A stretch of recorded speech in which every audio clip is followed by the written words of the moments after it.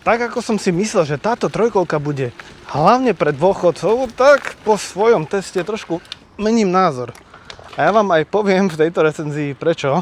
A hlavne ma tu zaujali 3 unikátne veci na tejto trojkolke, o ktorých chcem v tejto recenzii rozprávať. Takže ak vás takéto niečo zaujalo, a pre mňa je to úplná premiéra pri trojkolkách, tak sledujte túto recenziu, pretože práve začíname.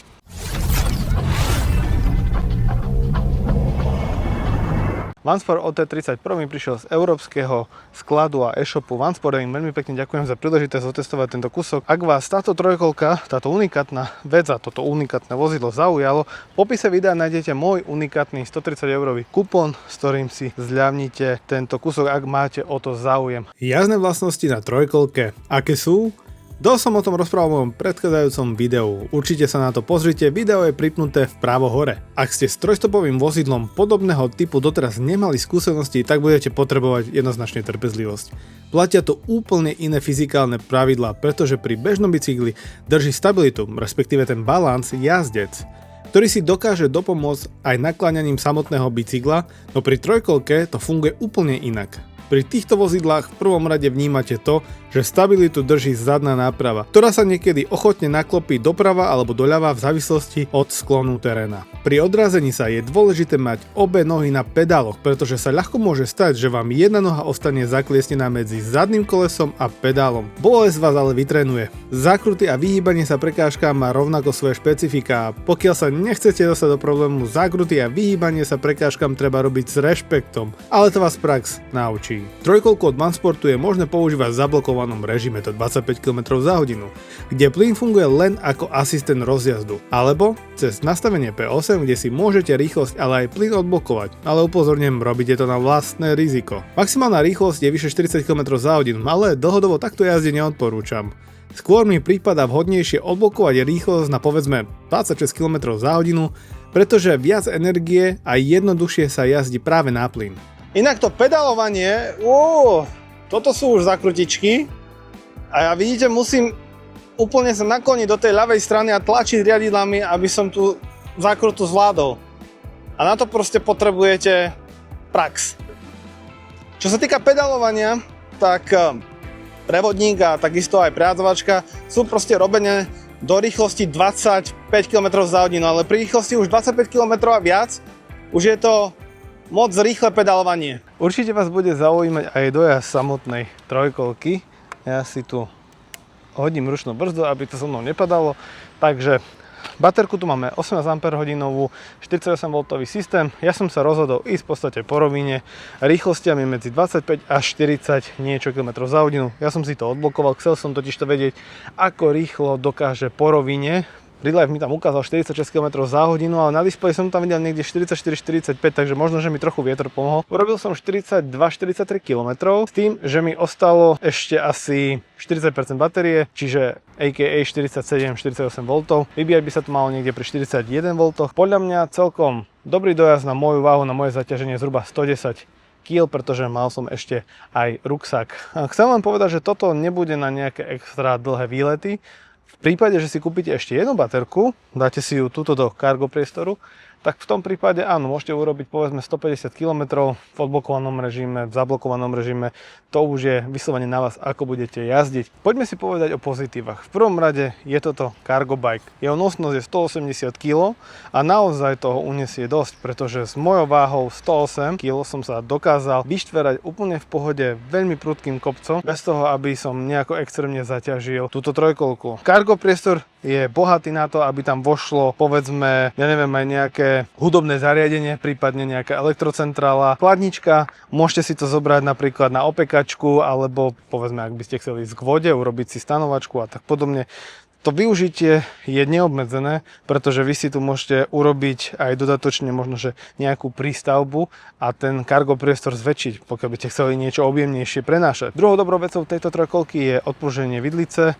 Dá sa zablokovať, ale to odprúženie mne úplne vyhovalo. Škoda, že zadok alebo či už je to sedadlo, alebo nejakým spôsobom vzadu nie je urobené ešte dodatočné tlmenie, to by bolo o mnoho príjemnejšie na jazdenie. Ale máme tu fantastické hydraulické brzdy Zoom. Tie sú na každom kolese a na každom kolese je 180 mm kotúč. Ak potrebujem brzdiť, zabrzdím extrémne rýchlo. Navyše tieto brzdy majú funkciu, ktorú som ja osobne nazval ručná brzda. To znamená, stlačím brzdu, mám tam takú poistku, tu stlačím a brzdy sa mi zablokujú. To znamená, že v akejkoľvek situácii, či už som v kopci alebo idem z kopca, tak si viem túto trojkolku zastaviť a zablokovať, takže sa ani nepohne, ani s mojou záťažou 108 kg. V prudkom kopci sa to absolútne nepohlo. Za čo dávam palec hore, ja som takéto brzdy ešte nevidel a toto je určite jeden z highlightov, o ktorom som chcel hovoriť práve v tejto recenzii. Trojkolka má 21 A ovládač a 48V systém, aj napriek tomu ma to v podstate bez námahy vytiahlo prudkým stúpaním, čo sa nepodarilo v podstate ani žiadnemu výkonnejšiemu bicyklu, keď som skúšal podobný kopec. Za čo palec hore, určite je to spôsobené tým, ako je sprevodovaný motor. Ten motor má síce v nomináli 250 W, ale v špičke by nám mal vedieť dať nejakých 1100 W, ale to, že tam je dodatočná reťaz, ktorá vlastne je namontovaná na zadnom diferenciáli, tak pravdepodobne tam sa ten výkon rozloží. Podľa mňa na základe toho tá trojkolka dokáže zvládnuť aj náročnejšie stúpanie aj s ťažším jazdcom. Ďalšou zaujímavou vecou je aj to, že tu máme spiatočku a tá funguje tak, že sa proste dám len do R-ka, čiže mám 3 asistenčné stupne a mám 0 a potom R-ko. Keď sa dostanem do R-ka, stlačím a držím mínusko a už len čakám, začnú mi trošičku brnieť pedále a vtedy sa mi zapne spiatočka. A ja môžem ísť takto, ak potrebujem z nejakého dôvodu použiť spiatočku. Pomoc. Dobre. Pomyslíte si, na čo mi je spiatočka. Ale ak si zaťažíte cargo priestor povedzme 50-60 kg navyše plus 43 kg má celý tento bike, respektíve trojkolka, tak sa vám bude manévrovať veľmi ťažko. Keď si stlačíte ten reverse mode, tak vás to potiahne dozadu veľmi pomaličky, až do rýchlosti 6 km za hodinu, ale nie odrazu, ale veľmi pomaly, aby ste vy mali čas na to reagovať, že cúvate. A keď tam máte naloženú záťaž, tak myslím si, že to práve oceníte. Či už budete na tej trojkolke stáť, alebo budete vedľa nej sa len potrebovať niekde pohnúť. Myslím si, že toto je veľmi dobre vymyslené a asi každá trojkolka by to v podstate mala mať.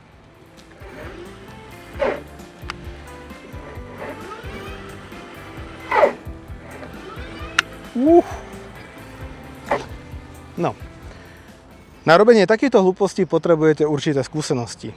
Ak chcete myšičkovať, úplne zabudnite, pretože trojkolka na to nie je stavaná. Ak chcete robiť niečo v zákrutách, musíte to robiť veľmi opatrne a vždy sa do tej zákruty, do ktorej idete, potrebujete aj naklopiť, aby ste sa nedostali na dve kolesa, lebo nie vždy je to príjemné. Teraz som to ja síce urobil tak, že bol z toho prach a bol z toho divadlo, ale verte mi, že keď som to robil prvýkrát alebo druhýkrát, myslel som si, že padnem. Fantastický tu je aj displej. Je to rovnaký displej, aký má Duos F20. Duos a OneSport je jedna veľká rodina. Máme tu GPS a 4G. Keď chcete vedieť, ako to funguje, pozrite si moje samostatné video, kde rozprávam o featurách tohto displeja, pretože viete si ho lokalizovať, viete si ho zablokovať, viete si prostredníctvom mobilnej aplikácie odblokovať toto zariadenie bez toho, aby ste poznali PIN kód, čo mi príde tiež ako zaujímavé. A navyše, displej zobrazuje volty, je farebný a je fantasticky čitateľný za akýchkoľvek svetelných podmienok. Slnko, večer, tma, hocičo, je to fantasticky viditeľné. K bezpečnosti jednoznačne prispieva aj reflexné olemovanie kolies. Toto je podľa mňa určite lepšia voľba ako odrázky do špicov kolies a prispieva to o mnoho väčšej bezpečnosti trojkolky. Myslím si, že takto by mali vyzerať všetky podobné zariadenia a aj všetky bicykle, elektrobicykle, lebo večer je to brutálne dobre vidieť. Trojkolka celkom dobre aj svieti a hlavne čo tu kvitujem je výrazné brzdové svetlo, ktoré je vidieť aj na 100 metrov a to aj počas dňa. Je to umiestnené tak, že aj ostatní účastníci cestnej premávky to budú perfektne vidieť. Túto trojkolku môžete používať úplne legálne, pokiaľ si zablokujete plyn čisto na rozjazd. V tom prípade to spĺňa EPAD štandard. Rýchlosť budete mať maximálne 25 km za hodinu s dopomáhaním. Máme tu torzný snímač a v praxi to znamená, že ako silno začnete pedálať do pedálov, toľko energie aj dostanete. Pás senzor by sa mi tu možno že hodil trošku viac, pretože potrebujete vydať celkom dosť energie na to, aby ste mohli upedalovať tú rýchlosť 25 km za hodinu. Navyše, tá konštelácia prevodníka a prehádzovačky je taká, že už nad 20 km za hodinu začínam cítiť, že pedalujem ako motorová myš. Dá sa to určite vylepšiť tým, že tu pridáme trošku väčší prevodník, aby tá kadencia bola lepšia. Pretože do kopcov tých 7 prevodov, ktoré tam sú, 14 až 28 zubov, to bude celkom aj stačiť, pretože vám tu pomôže dosť silný motor, ktorý je navyše aj dobre sprevodovaný s tým, ako je to tam urobené pri tom diferenciáli a to, že to zaťaženie sa rozloží na dve kolesa a tým pádom to zaťaženie je o mnoho lepšie rozložené. Ale ak chcete ísť po rovine trošku rýchlejšie, hoci len tých 25 km za hodinu, tak už potrebujete vynaložiť aj trošičku viacej energie a hlavne pedalujete ako motorová myš. Na tejto trojkolke ja neodporúčam ísť rýchlo, pretože to môže byť trochu nebezpečné, najmä v zákrute. Vy si potrebujete zvyknúť, potrebujete si zvyknúť niekoľko kilometrov, aby ste pochopili, že to funguje úplne inak ako bežný bicykel. Toto je trojstopové vozidlo a keď si na to nedáte pozor, veľmi rýchlo vás to dokáže dostať do problému. Ja by som tu úplne nechal maximálne odblokovanú rýchlosť na 26 km za hodinu s tým, že ten plyn vám bude pomáhať na tých 26 km za hodinu. Kvázi sa bude to tváriť, že je to legálny prístroj, ale vyslovene rozhodnutie je na vás. Ten plyn vy tu môžete mať. Plyn nie je zakázaný, pretože ponovom ho budete môcť používať ako asistent rozjazdu, čo je prakticky asi aj vo všetkých európskych krajinách aj dovolené, alebo vo väčšine krajín aj dovolené. Takže ten grip nemusíte dávať dole. Ale keď už vás zastaví policajná hliadka, tak budete si to musieť sami vyargumentovať. Na výrobnom štítku máte napísaných 25 km za hodinu a štandard EPAC. Jediné, čo k tomu budete ešte asi tak potrebovať, je PZP, pretože samotné vozidlo váži viac ako 25 kg. Potrebujem s tou váhou pracovať tak, aby som sa neprekotil.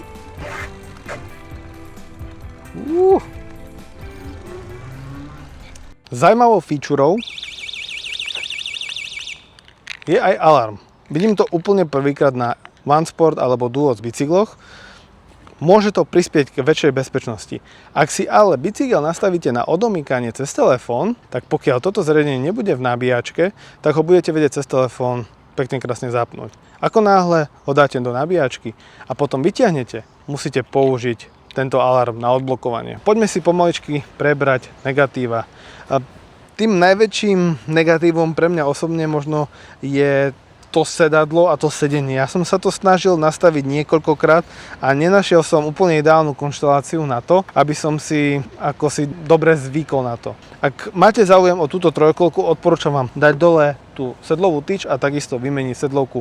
Tá opierka nie je úplne až taká pohodlná. Tá opierka je pohodlná, keď iba sedíte a čakáte a opriete sa. Inak to moc príjemné navozenie nie je, pretože je to posadené moc dozadu. Tu mi chýba možnosť si nastaviť tú hĺbku sedenia. Výšku si viete nastaviť, ale hĺbku sedenia už nie. Áno, ja chápem, že výrobca urobil tú sedačku tak, aby sa dala vytiahnuť baterka, ale táto sedačka drží iba na jednom níte, ktorý je trošičku voľný. A v tom prípade celé to sedadlo je trochu voľné a nemáte tu úplne istotu, keď sedíte alebo sa naklápate do zákrut. Navyše, ďalšou vecou je to, že pomerne nízko sú aj riadidlá. Ja som tu musel aplikovať 8 cm riser, taký zdvíhač od stredového krku k riadidlám, aby som sa pohodlne na tom cítil ako 190 cm jazdec. Navyše aj tento prestave som si dvihol vyššie.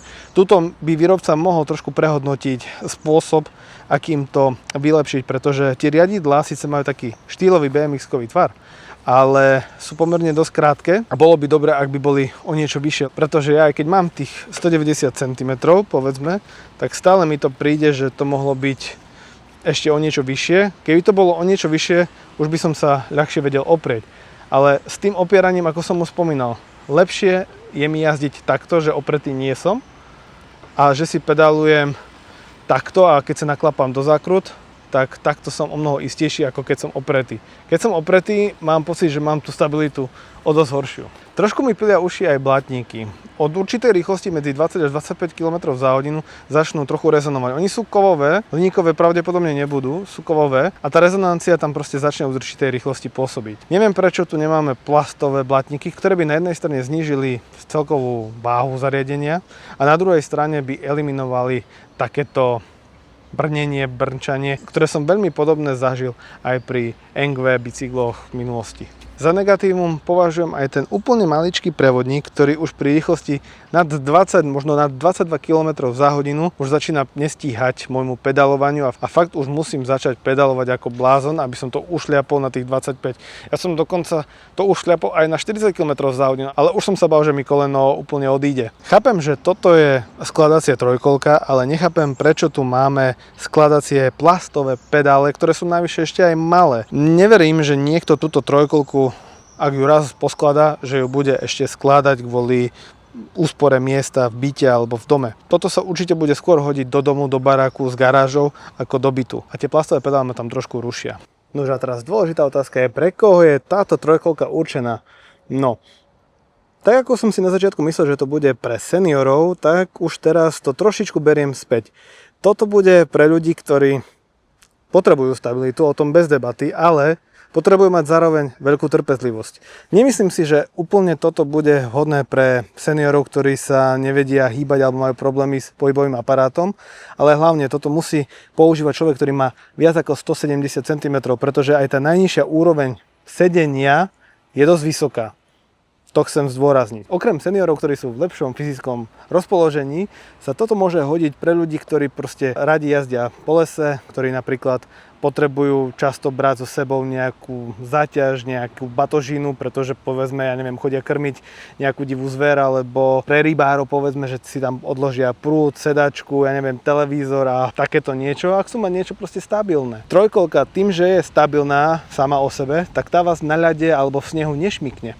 To je tiež celkom zaujímavý point. Táto trojkolka sa perfektne hodí aj na nákup. Cargo priestoru tu je naozaj dosť, môžete si tu hodiť aj, neviem, 20-30 veľkých fliaš s pivom, s vodou, s malinovkou, s hocičím a tomu bicyklu to vôbec nebude vadiť, pretože tá nosnosť 180 kg je naozaj zaujímavá, ale potrebujete si na tú jazdu zvyknúť. Potrebujete niekoľko kilometrov, niekoľko desiatok minút na to, aby ste si zvykli, že jazda tu funguje úplne inak, než ste zvyknutí celý život jazdiť napríklad na bicykli. Potrebujete sa naučiť úplne inak vyvažovať svoju váhu, aby ste, povedzme, keď idete v zákrutách, vybalancovali správne. Pretože keď idete napríklad do ľavej zákruty, potrebujete sa aj do tej ľavej zákruty naklopiť a držať riadidla pevnejšie, pretože trojkolka bude mať tendenciu do ľavej zákruty vás ťahať doprava, do opačnej strany. Takže vy aj svojou riťou, aj riadidlami potrebujete sa vyvažovať do tej ľavej strany. A na to potrebujete si zvyknúť. Vaša hlava, váš mozog si na to musí zvyknúť, lebo je to naozaj jazdenie úplne iné, než na čo ste boli doteraz zvyknutí. Priatelia, to bolo všetko, čo som chcel povedať k recenzii na túto zaujímavú trojkolku Vansport OT30 Pro.